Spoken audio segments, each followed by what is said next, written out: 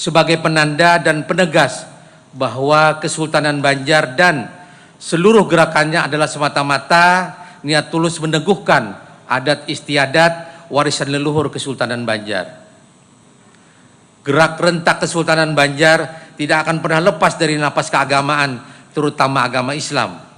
Tingkah laku, pola pikiran masyarakatnya tidak boleh terlepas dari tuntunan ajaran Islam. Untuk itu, syara harus ditegakkan.